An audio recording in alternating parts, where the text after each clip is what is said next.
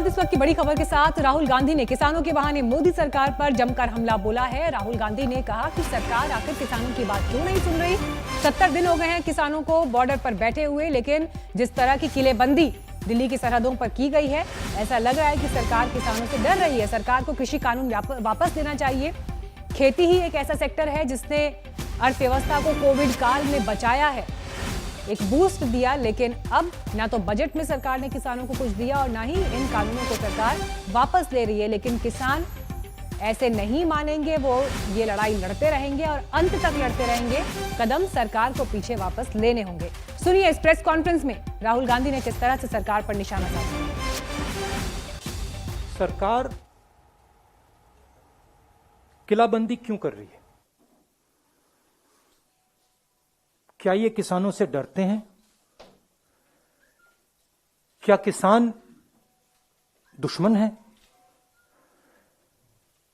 मैंने कहा है कि किसान हिंदुस्तान की स्ट्रेंथ है, शक्ति है,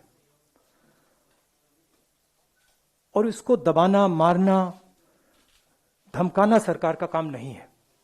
सरकार का काम किसान से बात करने का है और इस समस्या को रिजॉल्व करने का है।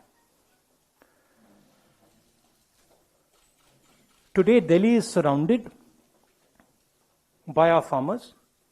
मैं किसानों को बहुत अच्छी तरह जानता हूं, ये नहीं जाएंगे, पीछे नहीं हटेंगे। अंत में सरकार को ही हटना पड़ेगा। फायदा है सबका कि आज हट जाए।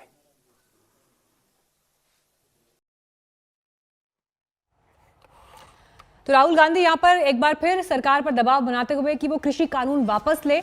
आखिर क्यों दिल्ली की इस तरह से किलेबंदी की जा रही है? लेकिन सवाल दरअसल उनसे यह भी पूछा गया कि जिस तरह से कुछ इंटरनेशनल स्टार्स ने कृषि कानून के मामले को लेकर, किसानों के मामले को लेकर ट्वीट्स किए हैं, तो राहुल गांधी ने कहा कि इस पर उनका कोई ओपिनियन नहीं है, यह हमारा घरेलू मामला है और सरकार को कानून वापस लेना चाहिए। लेकिन बजट का भी जिक्र उन्होंने अपने इस संबोधन में किया। प्रेस कॉन्फ्रेंस के दौरान सवाल पूछा गया तो उन्होंने बजट को लेकर भी सरकार पर निशाना साधा कि खेती एक ऐसा सेक्टर जिसने कोविड काल में, जब अर्थव्यवस्था की स्थिति अच्छी नहीं थी, उस समय एक बूस्ट दिया, लेकिन सरकार ने ना तो किसानों को कुछ दिया और साथ ही डिफेंस सेक्टर को लेकर भी उन्होंने अपनी बात की।